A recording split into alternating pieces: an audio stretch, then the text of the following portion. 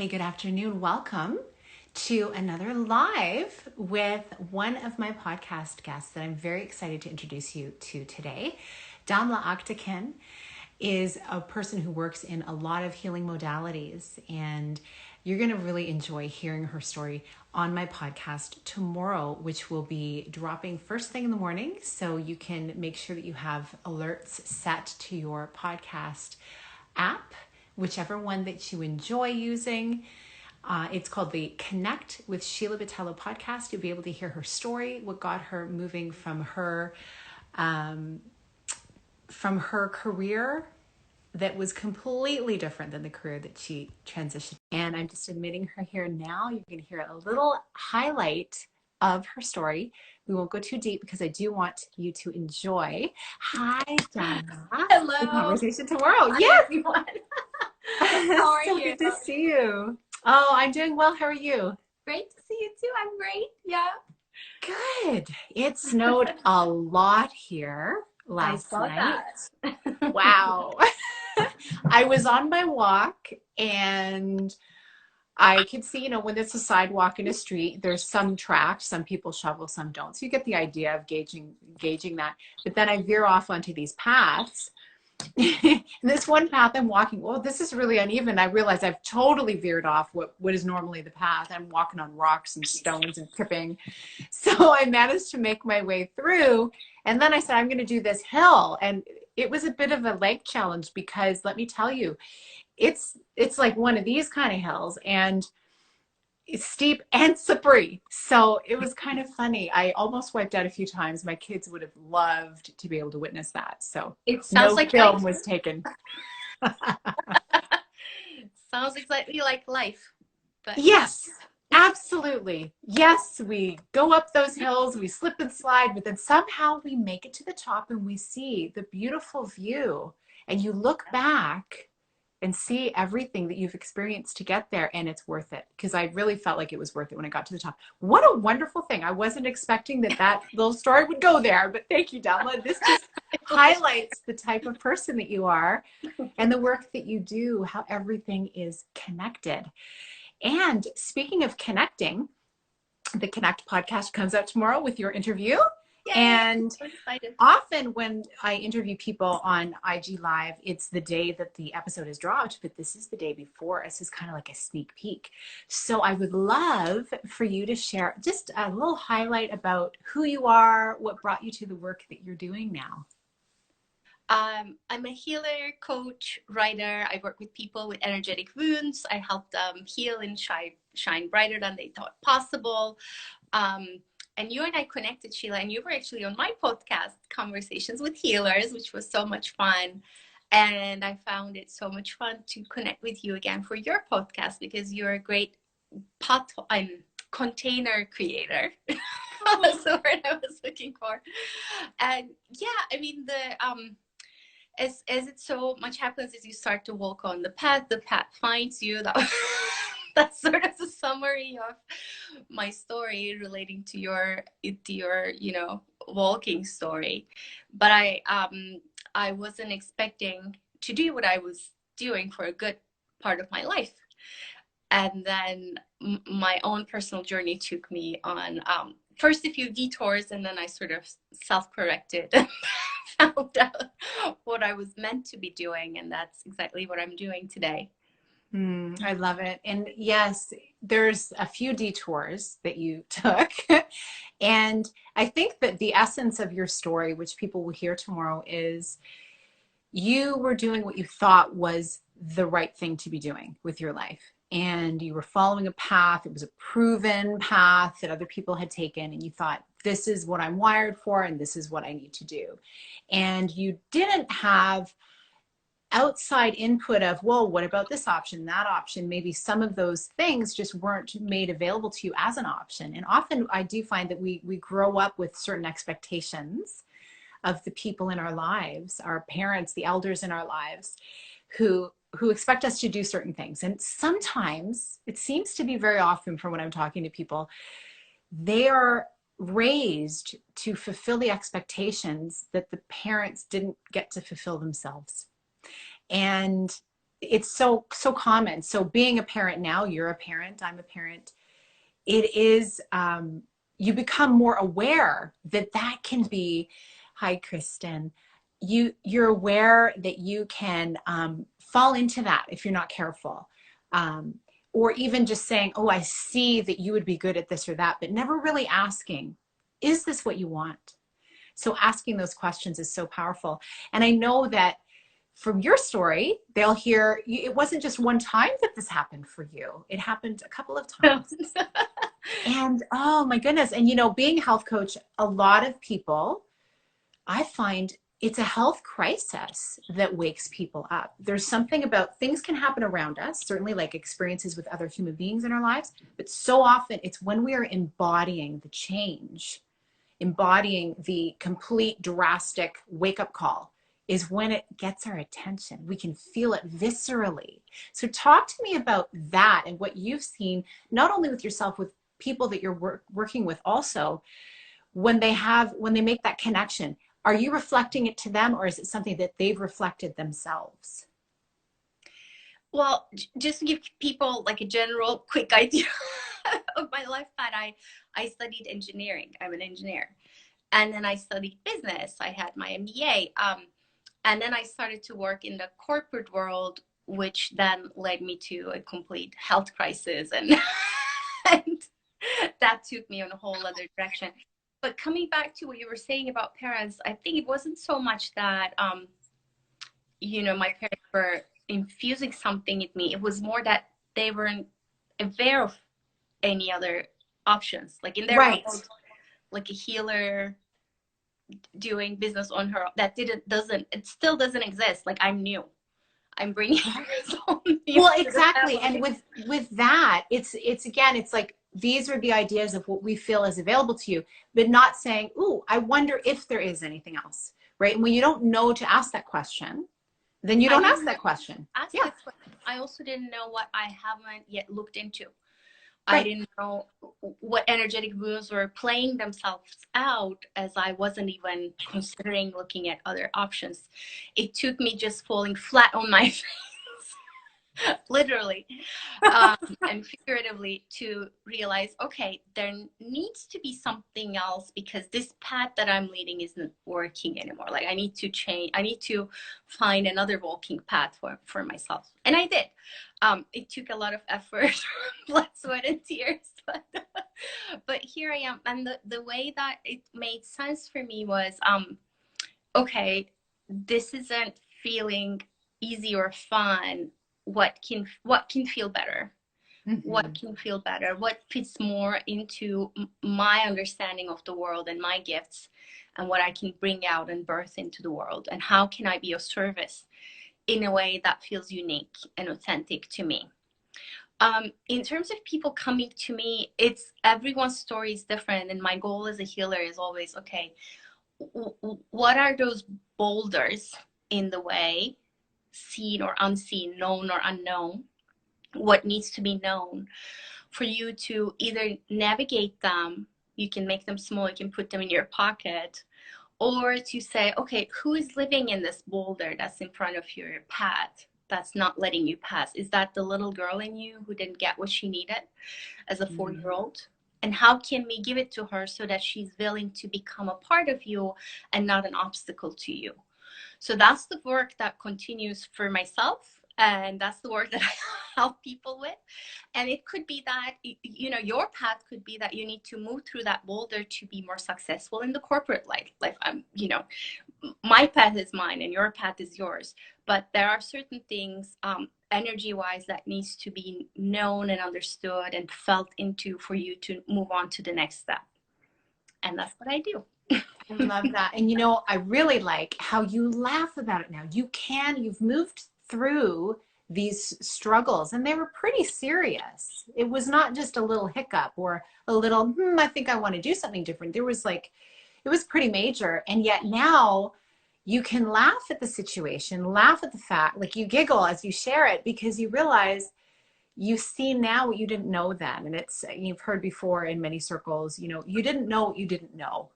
And that's all of us, even no matter what level of life we're at, no matter what level of understanding or experience, there's always going to be things we don't know that we don't know. So having those amazing questions you just shared, so important. And that connection to our body and how we feel.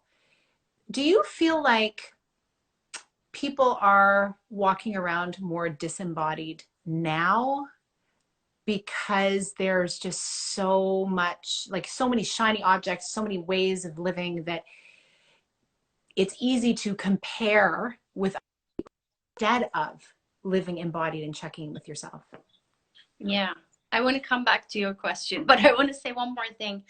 For those people who are watching, who probably, there may be people like you and like I who have found their path, but that doesn't mean that you stop. Then it becomes the journey becomes discovering practices and ways to serve even better. In the yogic tradition, they call it your dharma, your service, your way of being in the world.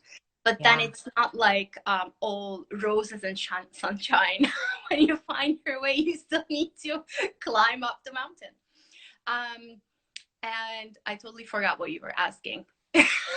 Oh, just talking about embodiment. And actually, before you yes. answer, I totally agree. It's the laughter that you're able to share is the fact that you can, where you are now is not where you're going to stay. You can move through it. That doesn't mean that, okay, that's the end of the struggle. You're so right. It's one struggle, then some joy and enlightenment, and then some more struggle, because that is the human experience. And yet what makes it easier is community. These kinds of conversations, is people who we can lean on. So when one person is doing amazing and another person is struggling, they can help each other. And the beauty of the work that you do, and the beauty of this community that we're speaking to also, who are reaching out to seek some support. There's so many ways of supporting. So yes, talk about embodying. So you were asking me, and I love how you put it. Yes, definitely. The journey continues. So you were asking me if I feel people are less disembodied now than perhaps before. And someone asked me a similar question. They asked me like how my work would change, or how my work has changed before pandemic to how I envision it changing after pandemic. And my answer to that is, were there people suffering before the pandemic? Yes.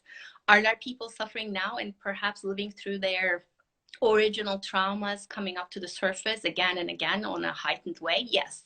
Is there going to be a whiplash of this, and will we continue to suffer as a species and as individuals afterwards? Yes. So that means my work isn't done. That means individually, if I find myself, riding these waves, and I find it's the same thing with my one-on-one clients and the group clients, that means that we all have work to do. So in terms of embodiment, it's not an end all be done type of thing. For me, embodiment is a practice, a cultivation. And it's soul work. It's truly soul work. It's going within and finding those boulders and not saying, oh, I'm going to push you aside. I'm going to forget about you. I'm going to stay with you. I'm going to look into you. I'm going to make you an ally, no matter how long it takes me. And it doesn't matter where you came from, whether you came from my inner child trauma, whether coming from my ancestors, whether coming from the species. Feeling, those of us who are empaths are feeling everything right now. Doesn't matter. The one and the basic thing you need to do is just stay focused into your experience and turning that into gold, turning that lead into gold, opening up that boulder, and then comes the next step of turning that into service-based action in the world. That's right. It really is like we need each other, and we are there to serve each other. And there are times where we need to be very focused on our own inner work, and it's hard for us to really have enough energy to help others.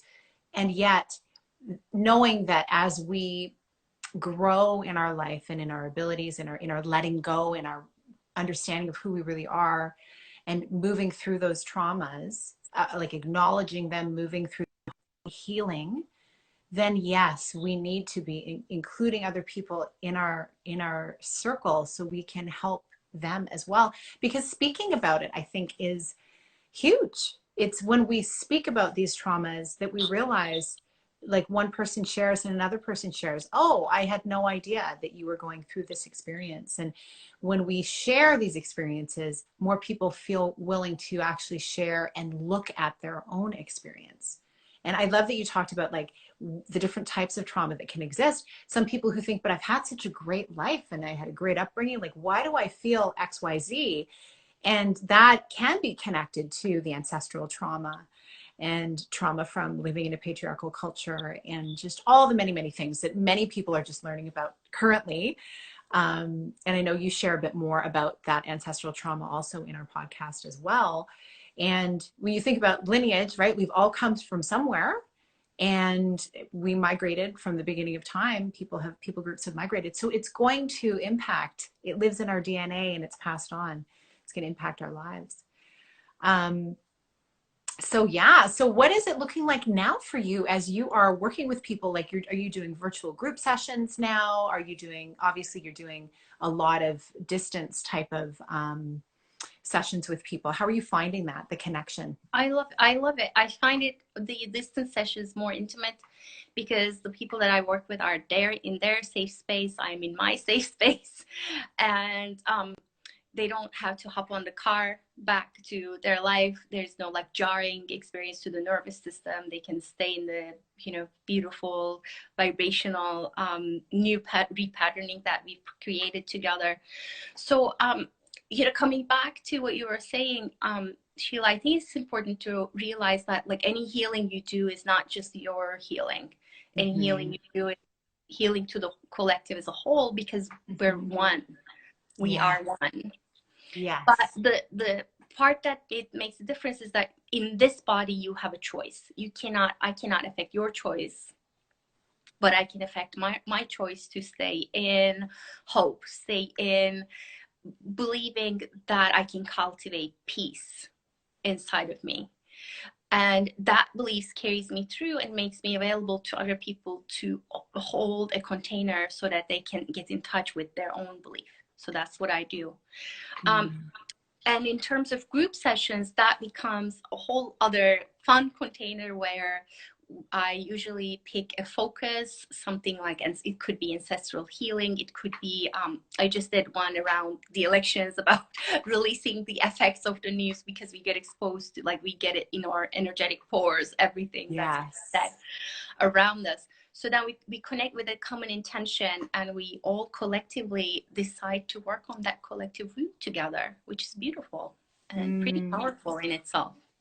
Oh yeah. And the connections after that, being able to check in on each other is always really lovely too. Somebody who you may never have met, who you really saw a connection with in that space, you then have a lifelong friend, and somebody to be moving through any of the new things that are going to be coming up. It's true. There's always going to be new things to navigate, and it's so much more enjoyable to do it in a community, of whatever community that looks like. And so, what are some of the practices that you recommend for people to be able to really get in touch with that healing in their lives? Like, you have a number of different modalities that you use. And what are some things that people can, like, take with them and carry out, practices that they can carry out on their own? Yeah. Meditate every day. And healers, people who come to see me because there needs to be a certain element of maintenance. And that is meditation. I think we have you frozen. I'm just going to wait for you to come back, Sheila. You're freezing a little bit. Yes, Damla has frozen. If you want Damla to maybe X out and then come back in, it looks like it's an internet thing, I believe, on your end. The weather. It must be coming in. Here, what I'm going to do, I'll just X you out, and then if you join me back again, rejoin. Yeah. Oh, this is so good. So she'll join us again once her connection gets back. And here she is. All right. This is good stuff. There we are. Yeah. Now I know what to do. That's never happened in Instagram. So just X out and then you just invite yourself back in. So yeah, Perfect. awesome. So yes, you were saying practices, meditate. Meditation. Because just like showering, just like taking care of your, hygiene, it's basic. And it actually lets you prepare for deeper work when you meet with someone like me I don't have to go in and do a general sweep for you. You've already swept yourself.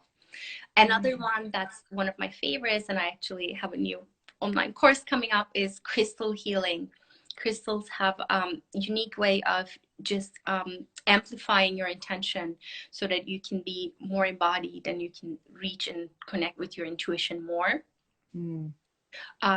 Yet another one of my favorites is body tapping. It's been around for thousands of years. It comes from Chinese medicine. And the new, more modern one would be emotional freedom technique. EFT tapping is a very quick, like, first aid method to just acknowledge everything and bring your nervous system to a more calm and collected place. So yeah, I would imagine tapping. I've tried tapping. I've not done it very often, or I've done it just a few times. I would imagine it's almost a similar nervous system response to very like yogic deep breathing. Would you say like you're just slowing down to really reconnect and just, or share with me what the difference is between those two? It's even easier than that, because yogic breathing takes a lot of training. And it can get you there, definitely. Breathing can. But this is, you are activating with pressure the electrical pathways of meridians. And you're I imagine it as sending like love and peace to your entire body. And it's been proven to reduce the size of your amygdala, your fight or flight response mechanism. It does switch your brain waves. So it has a similar effect to meditation without you having to close your eyes or do any type of breathing. So if you're like an absolute beginner, that's a great entry point into, calming down. If you're not a beginner, it actually opens up more avenues for you, because it can actually help you repattern your thoughts. Oh, that's excellent. And we all need more of that. Yeah. Well, Kristen is saying, Damla's tapping on her site led me to a huge emotional release after an ER visit. Oh, I'm so happy. That's so great. Yeah. Wow. Excellent. Yeah. And I'm sharing a free meditation. It's called Allowing Life to Flow. Just like what we were talking about. It just brings you in touch with your body and lets you not hang on to those tight spots or emotions, and lets you sort of release them so energy and life can flow, because our life force knows where to go and what to do. So if we can get out of the way and calm ourselves down enough, it's going to do the trick. And you can find it on YouTube under A Drop of Om, or if you go to adropofom.com, it's called Allowing Life to Flow EFT tapping. That would be a great entry point. Yeah. And is it about kind of just like moving I don't want to say moving the brain out of the way, but just kind of getting out of your head and into your heart? It is, you can stay in your head, but you're telling your body if these thoughts are okay to think. And as you're tapping, you're creating a more expanded container. So then you're not up here, you're here, and then the thoughts sort of lose their grip on you. And then you can say, in this expanded state, let me introduce like something maybe that feels better. Let me introduce a new thought. Right. What if instead of feeling overwhelmed, I can do just the next thing? Just the next thing. And I have an online course called Introduction to EFT Tapping. And today happens to be the last day for the discount. Oh, it's great that you're on. Yes, everyone go check it out. Yeah, go to adropofom.com. You don't, no coupon code, nothing. It's 40% off, so you can see for yourself. Yeah. Oh, this is great. And Kirsten's saying it shows your body it is safe when your body may not be hearing the words. Yeah. Yeah. Yeah, Chris, that's Yeah. a beautiful way to put it. Exactly. Beautiful. Oh, yeah. And I imagine that pairing some, like having affirmations kind of somewhere in the back of your mind would be helpful to kind of engage in like, how do you really want to be feeling? Because don't we find that these things we're trying to reprogram, there's the same thought that keeps coming up over and over for years, right? And it's our habits, it's all of those things, our responses, our, you know, being defensive in when you hear a certain word or certain tone of voice, it comes from one place in our past and we carry it with us. So wouldn't it be great to disengage from all of that? That would be amazing. Yeah, or to say to that part of you, it's okay, I hear you. You're safe. You're Yeah. protect me, and I'm here to take care of you. Let me take Mhm. care of you. By the way, these 2 points, the beginning of the collarbones, those are kidney points. So Okay. they have a direct connection to your adrenal. So if you didn't know anything else, Hmm. if you're starting to feel anxious, nervous, sad, whatever it is you're feeling, you can just be like just lightly tapping there with two Hmm. fingers Hmm. and let the Amazing. magic happen. Yes, we are all connected. We are such intuitive beings, and I imagine that all the empaths right now, as you mentioned, are have felt overloaded all year. And I saw someone post that the other day that they had been, you know, building their business, writing, doing all these extra things, and then also having the kids home for school, and it was new to them and it was just so much, and then feeling not themselves all year and thinking maybe they're going a little crazy, and then having some space alone. The husband took the children away for the weekend, and then they were able to reconnect with themselves and say, oh, I'm actually not crazy. It's just this year has been a lot. It's been a lot for everyone, for adults, for children, for the elderly. And we've all needed to find a new way to navigate. So the work that you're doing, what you're introducing to people, and hopefully more people will come online with this, will help everyone to take a breath Yeah. and reconnect with their true nature, that they are okay.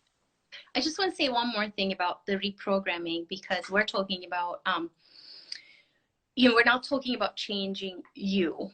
We're talking about anything that you may have downloaded Mm. that is no longer working, or that any strategies you may have adopted as a kid to survive, but you're no longer in survival Hmm. area. You're here to thrive. And Right. the one way I want people to think about it is that you are a crystal. This is one of the things I'm teaching in my new online course, Crystal Healing. Your body is made up of solid and liquid crystals.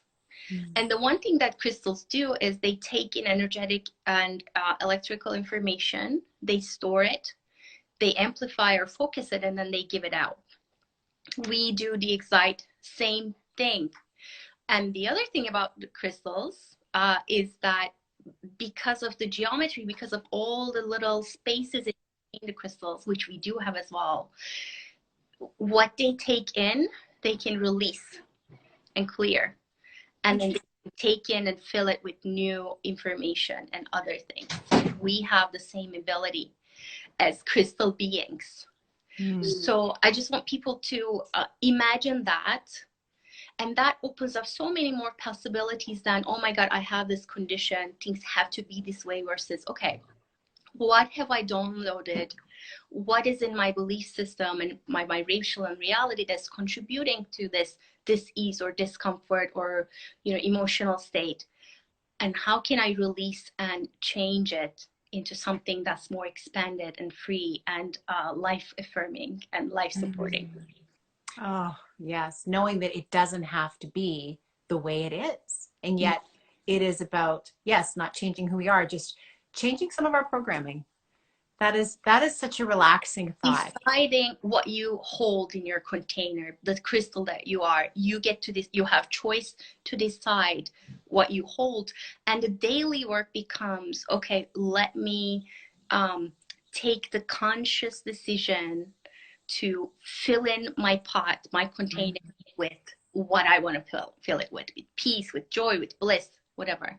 And I'm Mm. not saying that's going to mean like your day is going to go perfect, but that sets up your day if you do this in the morning, for you to say, I am deciding to be a different kind of container. I'm deciding to choose what comes into my energy and my being. Mm.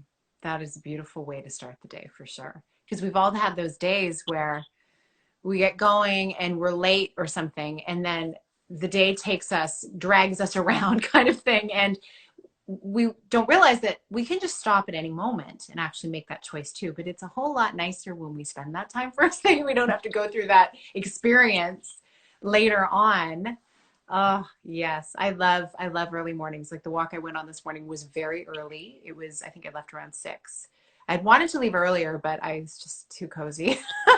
And it's just such a beautiful, quiet, just a peaceful way to breathe in a new day, a new start, and know that what do you want? You can go and get it. I love it. Oh, thank you so much for sharing this, My Damla. I pleasure. feel like we could talk for so many hours. Yes. Oh, I'm so And grateful that we have this communication. We had an amazing chat. People, definitely anyone joining on, they should go and check out the podcast. And you've had some other amazing guests too, and this conversation too. So thank you for doing what you do. Oh, thank you. I love to connect and really allow people to share this wonderful work that they're doing. And your heart and your soul is so invested in your work that it makes it just so, it's so easy to share, because their lives are transforming because you chose to use your experience to help other people. So thank you for that, Damla. I appreciate that so My much. pleasure. My pleasure. And I wish you all the best. And I'm sure we'll be in touch soon. And everyone, watch for the Connect with Sheila Botelho podcast dropping tomorrow with Damla. And also, you can go check out Conversations with Healers, which is a wonderful podcast that Damla hosts, and so many wonderful conversations on there as well. So have a fantastic day, and we will Yes. talk to you soon. Take Thank care. you. Thank you, everyone, for joining. Yes, Bye. thank you, everyone. Take care.